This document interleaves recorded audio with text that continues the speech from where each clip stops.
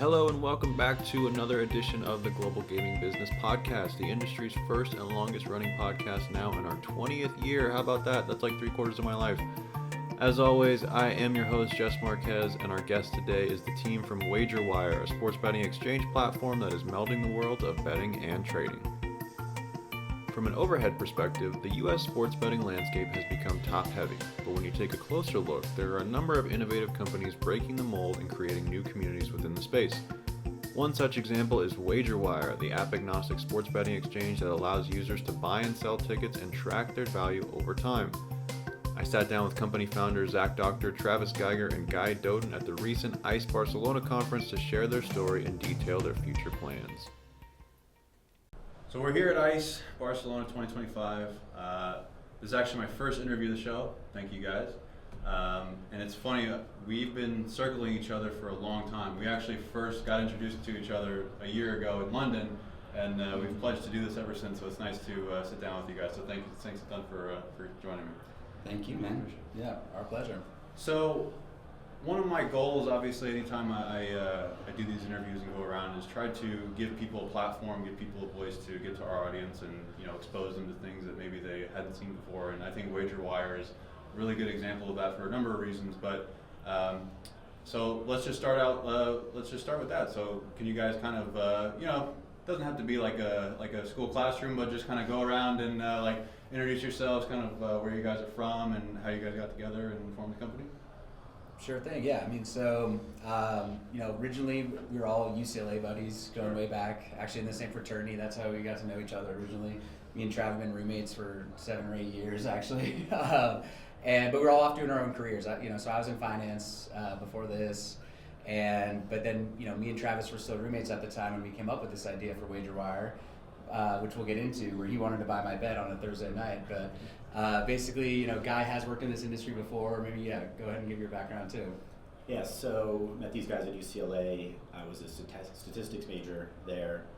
Went back to do a second tour at UCLA to get my master's in statistics and data science. Spent all my time in academia, focused on sports analytics and sports data, and even wrote a master's thesis on sports betting in the NBA.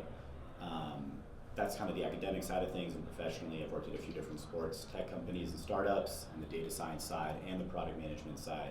So just a lot of experience in my career working with sports and data and tech and startups, and basically got the perfect opportunity to build a company with all the things that I've been doing for my whole career. Sure. Now what time frame are we talking about here? Like what years? Like what's the? Yeah, so we came up with the idea in 2018. Okay. So me and Travis were still roommates at the time. What is this? We were 5 years roommates later? until he got engaged. Yeah. So we Yes. were in our kind of West Side bachelor pad. Sure. And Travis was working in Hollywood. He could give his background too. But he got home late on a Thursday night and wanted to buy into my bet, and that's how it all started. But So I was born and raised in Cincinnati, Ohio. Okay. They're from the Bay.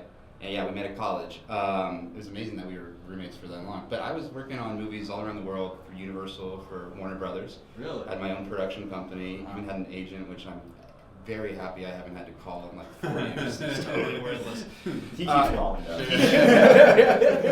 So what got me really excited about this idea, and we've had a few through the years, but I came back from a film set. Thursday night football game was going on. I didn't want to place a bet on the live line and root for a different outcome than my friend. I really just wanted in on his action. Sure. So I was like, let me send you some cash for my share of the bet, and if it wins, you can send me my share of the winnings back. And then we're just like, a light bulb. How does a resale market for bets not exist, and why doesn't it exist? And when we looked into it, we all bootstrapped with our own money to do the initial compliance and diligence, and we realized that this was just one of those nuggets of an idea that has just gone undiscovered. And so think about tickets, concert tickets, sneakers, crypto, stocks, everything that you can purchase as an asset can be resold. Sports bets are still like a risk class, they're not an asset class yet. What got me interested from my media background is that every bet is actually its own story in progress, and the owner of that bet can be the star of that story, and that's actually what we base our media around. Definitely, and I knew you guys were sickos, but the formation from a Thursday night bet, that's how you know it's like, it's just one of these ideas that nags in your head once you think of it. Some real degen stuff right there. It's really, and everyone has that one degen friend that you're like, ooh, I wish I was in on that. Yeah. The perfect thing was that, like, this incredible idea, also just came, to answer your question about the timing, right at the exact same time the pass was overturned. Sure, I was right? gonna say, yeah. So this sort of went from this silly idea on the couch to like, oh, this could actually be a very viable business because of this incredible macro thing that's happening in the U.S. with the legalization of betting. So the timing ended up being so perfect to have this harebrained idea that goes on at the exact same time as this burgeoning new industry. Sure, the right place, right time. Absolutely. So where would you guys say you are right now in terms of like, your presence, kind of just your current status of things as it stands right now in 2025? We're at a really exciting time in the company right now. So going back to that 2018 moment, we were still in all of our own careers. We're just basically cooking up this idea on He's the the couch. vice president at PNC Bank. He's in finance. And then, and then COVID hits. And so really we formed the company officially in 2021 when we raised a little friends and family money. And now fast forward, we've raised an institutional seed round. Eber Capital is our lead investor. Really awesome cap table of people from the industry and Richard Jefferson from the NBA. And, just like been able to get some really cool people around this idea because it's just such a viral concept once it sticks in your head. And Paris Smith, and I mean, just to stick on that for a second, it means a lot to us that the industry sees what we're doing, respects what we're doing. Everyone from Paris, who ran Pinnacle for 17 years, to Joey Levy, who's behind Better. So I'm going to call them the old guard, but the people that built this industry to what it is, and they have a vision for the future, just how they had a vision to how we got here. They see what we're doing. The people that are part of that paradigm shift, actively building new companies, they also see what we're doing. So we feel really good with the team we have. Yeah. So in terms of, I know it's like there's, I'm not saying in terms of like an end goal per se, but like in an ideal world, what would you guys describe as like your place in the marketplace, or like in the overall sports betting world? Like what would you want WagerWire to represent in that kind of ecosystem? So we really think of ourselves as everything after you place that bet. That's what WagerWire is here for you to help you with. There's plenty of startups and other companies that are trying to give you the model or whatever it is to help you pick what to bet. Sure. There's not a lot of solutions or services for after you place that bet. What should you do with it? Yeah. And so whether that's selling your bet to get the best value for it, or even just comparing whether a cash out is a fair cash out or not, or coming up with a hedge solution if you have the capital to just hedge it out yourself. Like, we're here to provide tools and analytics for everything you do after that bet. And ultimately, we're here to serve the bettor, and really just like unlock this ability, right? Because you own your concert tickets, you own your sneakers, you can sell them at any time. You own your car, you can sell it not just to the dealer, you can sell it on an open market as well. Right now, sports betting until this point has been a closed market. You could cash it out to the sports book if they give you a price. It's probably not a good price if they even offer it. This unlocks that whole ability to just get the max value for your bet. And then it also just unlocks all the fun stories you can do around it. And, basically being able to take, big ticket holders of ours to the Rose Bowl and things like that. Just have fun with it, because this basically, elevates just an average Joe bettor who put $10 on a bet to win $100,000. Now he's one leg away. That becomes a story that goes around social media. You basically kind of get that 15 minutes of fame as a bettor, and just have a ton of fun with it. And I was gonna say, I've personally just I've literally been watching ESPN before and seen your guys' stuff, you know what I mean, like exactly like you said, where it's like somebody from God knows where with a 28 leg parlay who really needs this one thing, and they fly him out to the game, and it's like this whole it's interesting, it's really fun. And we want the kind of the word wire to just be synonymous with the idea of the fair market and just putting a bet on the wire. Sure. That's really the wire should be the place where you get the most value for your bet once you place it. Sure. I think it's interesting is as somebody who covers or tries to cover basically everything under the gambling umbrella, I think sports betting, at least in the U.S., represents something that's really interesting, where I think maybe to the average person, or from a really broad, maybe non-industry perspective, people will be like, well, you just have these this glob of companies at the very top who are just eating like this vast majority of market share, and if your name is not FanDuel or DraftKings or et cetera, et cetera, et cetera, then like there's no place for you, or there's like it's not going to work out.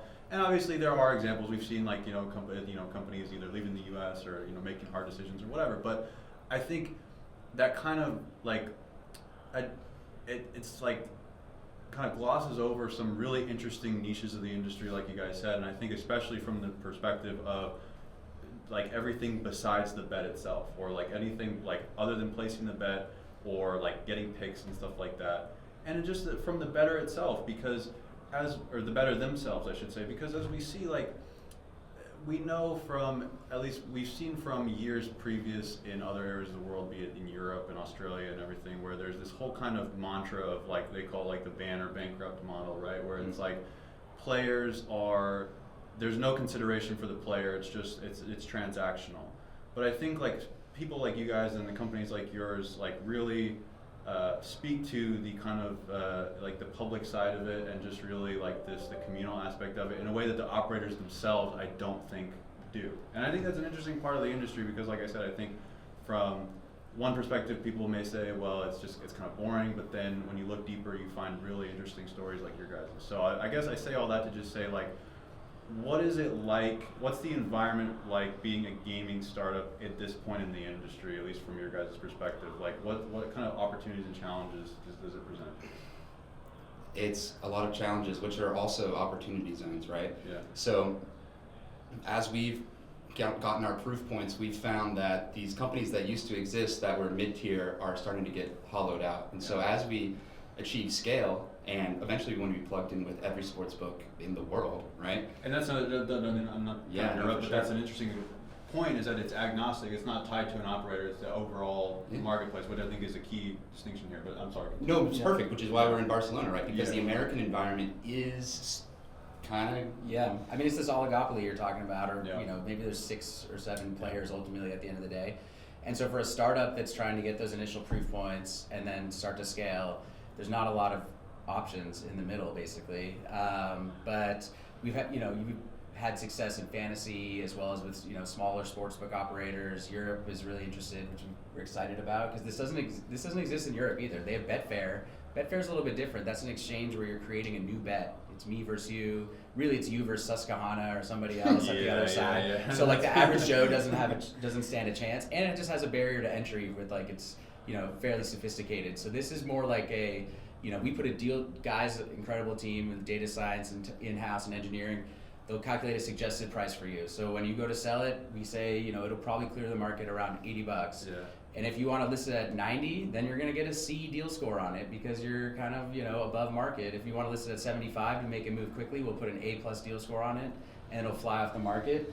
So we've been able to basically kind of just bring fresh eyes to this too, to come up with solutions like that like every single ticketing company has some sort of deal score rating, like bringing those kind of solutions here. But at the same time, like, we do want to partner with every sportsbook we can. I think what we have to, what we're basically proving out right now is that this actually expands the pie for the sportsbooks too, right? Like, it's a very bettor-friendly solution. Mm-hmm. But if you have this feature that's very bettor-friendly that other operators don't, you're going to create loyalty. You're going to have product differentiation. You're going to be able to actually have a stickier product-led experience that's not just promo bets and free deposit matches and things like that, where people just churn over and over again. So that's really what we're here to do: is build loyalty, actually have a kind of community built around a product. Community is important. Yeah. Like, look, I don't think there's a ton of loyalty. Like, does somebody call themselves a FanDuel bettor? Does someone call themselves a DraftKings bettor? They're just a sports bettor. So like, and actually, there's starting to be an adversarial relationship between the bettors and the books, where they feel like they're getting screwed and the game is rigged. So what we offer the books is a solution to put the power back in the bettors' hands, but like he said, grow the overall pie. We can't say the word on this podcast, but Dave Portnoy has a name for cash out that's anatomical and a button. And we want to flip that on its head, where you feel like you're actually cashing in, naming your own prize, selling it to your friend. What that's going to do in aggregate is you're going to take more swings than you would have. You'll place 5 or 6 teams to go all the way in March Madness and be managing them off. What that means for the book is you're going to have more losing bets in aggregate, but you're going to have people winning along the way, or feeling like they're winning. And I think like you guys just touched on, I think that's such a good point of this discussion, in the sense of like, bettors, like the competition of the marketplace has made it such that like bettors are jumping from you have like there's like studies, every study that I read is like the average US bettor has 6.7 apps, you know what I mean? Like it's I just don't think that sense of loyalty is really there as it would be maybe in other forms of gaming. So I think this, like, again, these type of solutions I think are really unique to this sector that make it really interesting right now. I think if I may add on that, it's like, sure. I think it's we see exactly that, right? Because in our app, people can sync their sports books and they can track everything in one place, their portfolio, and they have 3, 4, 5 accounts often, right? And I think it is just because people are bonus hopping, and there's not really a reason to stay with one book over the other. But you know, we're here to basically create that for our partners, create that stickiness and long-lasting engagement. I think the reason that the fantasy companies have been very successful, put like the white space gray area aside, is that they're winning over friend groups at a time, couches at a time, not individuals that they're paying off. And what we do with this socialized experience, where you can cut your friend in on a bet that he might not have even placed himself at a book that he doesn't have, and now he's joining you, and now you're playing there together. That is going to drive the loyalty, the users, the friend groups, the action that these books want, and they don't have what the fantasy companies do. And the startups are an important part of this, like kind of going back to your point. Like if you think about to borrow statistics term, the bimodal distribution of the industry, where you got these big gatekeepers on one side, and then you got a whole bunch of startups on the other side, and in the middle is like hollowed out, as Travis was saying. It's kind of the responsibility of the startups to innovate and come up with new ideas and cool ideas for the bigger companies to then listen to and innovate, you know, in partnership with. So we are actually a very important part of the ecosystem to come up with these novel ideas. And I think the fantasy industry actually done a very good job at that, and the sports betting industry is catching up. So to Guy's point, I don't think it's tenable to not innovate. You're going to get the hammer coming down on you either with its advertising, RG, mental health, consumer protection. Sure. I mean, innovation in product needs to take all those things into account. It can't just be another way to squeeze people, because people are smart and they feel it. And you can't pay a celebrity to tell someone what to do anymore. You can't give them money that's hard to withdraw anymore. You have to do something different. I want to stick with you, Guy, for a second in terms of like, it's one thing to have an idea or have something, but it's another thing to actually execute on it and build it. So like, in terms of like the tech data side of it, like what is it like for you guys to actually just go out and do the thing and like bring that in and make this thing that has never been really done before? What's it like for you guys? So the first step was to learn about the industry and learn about the technology of the industry, and it's a shit show. Frankly. You can say that on TV, right? Yep.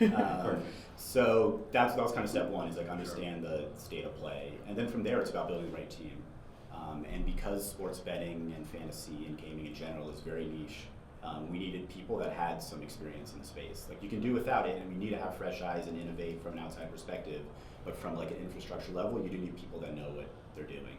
And the Venn diagram of extremely talented engineers and scrappy startup-minded folk and the people that understand sports betting is a very small overlap, right? But we have them, which is awesome. Yeah. So they make my job way easier, because they can identify problems that they've seen before and act on it because they have experience with that. So we are very fortunate to have the team we do, and it makes my job and the company as a whole, our work way easier because they're good at what they do. It actually goes back to what you brought up before too, is that as a startup in this industry, you have to you have to deal with compliance and regulations and GLI 33 certification and all these things that actually create barriers to entry for a startup, and capital costs and everything. So it's actually tough compared, you can't spin up an app in your basement and launch it in this industry. You're going to end up in jail probably. So at least hauled in front of some sort of gaming board. Yeah, so basically, like, it does require probably millions of dollars and extremely talented engineers and patents and all this, and legal opinions and all this stuff. And so it's an uphill battle for startups in this industry, but at the same time, that means there's less people going after it. Sure. There's really, kind of, if you can navigate those things and figure out how to build a cool solution in a compliant way, then you've got the path to actually have something pretty defensible and at least have a pretty good head start on anyone else trying to, chase after you. I agree. So I want to finish up here, and this has been great. I really appreciate you guys sitting down. This has been really fun. One thing that really interested me about you guys in particular is, like, you guys exist on this plane, or this idea of the melding, the mesh of betting and trading and like the gamification of the game. Like it's like a really interesting sector that like I think is kind of growing in momentum, and we see other kind of like adjacent like spin-offs, like you got the prediction markets and things like that, which are similar but obviously not the same. But it's just, I think the sector overall is gaining steam. So I'm just kind of curious like what it's like for you guys, like almost 10 years into this, kind of seeing this really like, you know, start to kind of take hold. I think it's a really interesting time. Yeah, definitely. I mean, we're very interested in those, you know, poly markets of the world and things like that too. Really cool solutions. We're even here in Robinhood might be getting into sports betting. I think it's a really interesting, you know, intersection of the demographics. I think we're trying to bring that same Wall Street bets energy to sports betting, right? I think there is a niche culture around sports betting for the kind of, you know, really into it sports fan. But, you know, trading is a whole nother audience that is going to be really into this once they get into it. Because it's the same way you run models on a stock or an option trade. You can run models on sports and get really into it. And then you can basically get the Reddit boards going and buying low and selling high. It is that thing, though, that you need some way to engage beyond just placing the bet to really unlock that conversation. And I think that's what our product does. And, you know, things like Polymarket where you can buy and sell kind of unlocks that ability where like you're not just sitting and waiting and seeing what happens. You can be involved the whole way. One of the things we have in common with those markets is that like you have the autonomy to sell when you want and buy when you want, and you can, you know, time out, you know, your strategy or whatever. The way sports betting is structured now, it's like the house always wins is always in the back of your head, even when cash out is offered. It's like, I actually made a call of a bet that's in the money. Like Calvin, God bless him, tonight Ohio State plays national championship. 437,000 437 on the line. His bet's worth $320K. Yeah. And he's gonna ride it. He actually bought another bet to double down on it. Yeah, exactly. Yeah, but like he's in control of that bet. I think in the age of when casinos are limiting, in the age of these, I mean, you don't have to go any further than a chat room to see people complaining about these books. We think we have a solution that can be holistic for the health of the industry. And that's what it's really all about. We can't survive unless this industry is healthy, and so we want to be part of the solution. And, you know, our lead investor, Roger, talks about the degenerate economy, which is sort of what we're talking about here. Is these people that are high frequency. It's a great way, Yeah, in the most, you know, friendly way Endearing possible. way Endearing way possible. These people degenerates. You know, and I'm one of them. I've written the sports betting model for, you know, the NBA, so I get it. I've been there. But I think what's cool about our product is although it can cater to those people, it's as compelling to the casuals, right?